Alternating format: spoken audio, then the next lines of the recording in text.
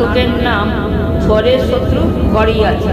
অভিনয়ে নিবেদিতা, প্রিয়া অধিকারী, মনিকা, পুতুল অধিকারী, বসি, অনিন্দ অধিকারী। শুরু করলাম নাটক শত্রু ঘরেই আছে।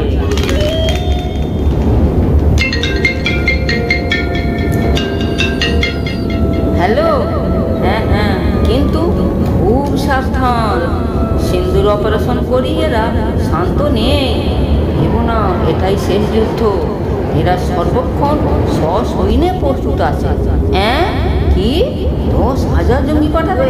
না না রহিম, ও কাজ করো না।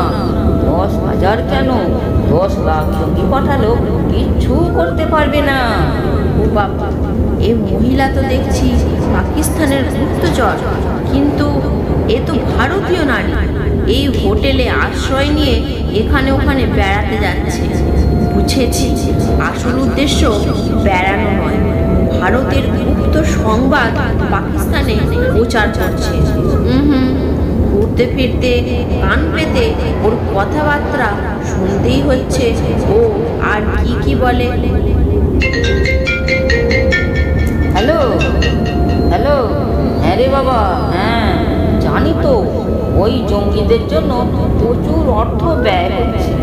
প্রতিদিনে 20,000 জঙ্গি প্রশিক্ষণে প্রস্তুত হচ্ছে, অথচ ওদের কাজ দিতে পারছো না। কিন্তু রহিম, ভারতে তো 15,000 জঙ্গি পাঠিয়েছ। তার মধ্যে ভারতীয় সৈন্যরা 26 জনকে অপারেশন করেছে, আর বাকি জঙ্গিরা জঙ্গলে জঙ্গলে আর কিছু জঙ্গি বাড়িতে গা ঢাকা দিয়েছে। কিন্তু রহিম, আজ ওই 5 লাখ টাকা আমার চাই। দিয়ে দাও, তবেই না বাকি সংবাদ পাবে। না না, বেইমানি করবো না। ও বাবা, টাকার লোভে দেশের ক্ষতি? এ যে ঘরের শত্রু ঘরেই আছে। হে ভগবান, হে ভারত মাতা, তোমার সন্তানই তোমার শত্রু। এই মহিলা গুপ্তচরের কথাটা জানাতেই হবে। কিন্তু আমি যে হোটেলে ঝিয়ের কাজ করি, একটা সাধারণ মেয়ে, আমার কথা কেনই বা কেউ বিশ্বাস করবে? না না, করুক বা নাই করুক, বিষয়টা জানাতেই হবে। রেকর্ড করে রাখি ফোনে। কিন্তু কোথায়, কাকে জানাবো? হ্যাঁ হ্যাঁ, হয়েছে, লোকাল থানায় জানাবো। যা করার থানায় করবে।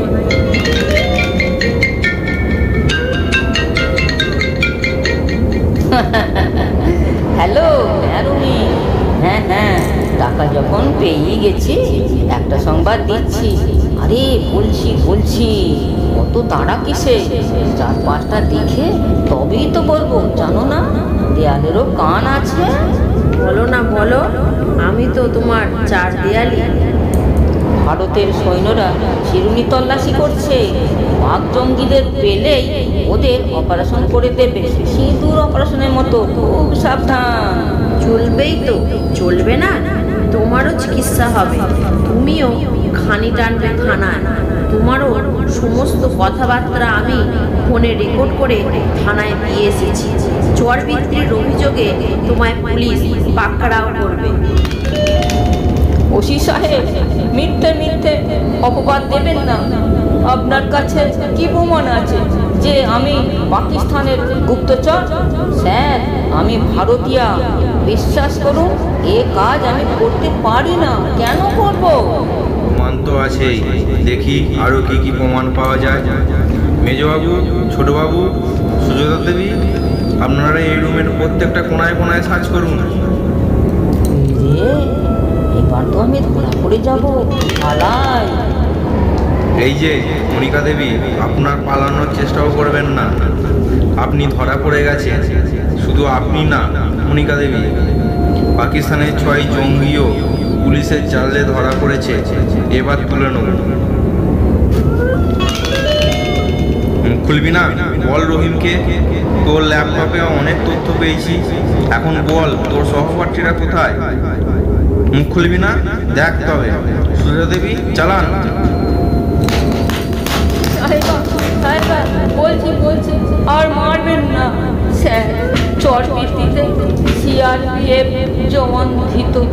আর উত্তরপ্রদেশে, হরিয়ানা, পাঞ্জাবেও বাকিরা আছে। ওহো, তোমরা টাকার লোভে দেশ বিক্রি করছো?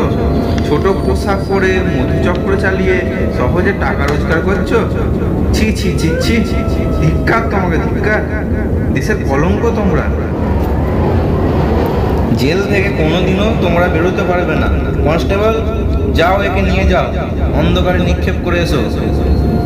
নমস্কার।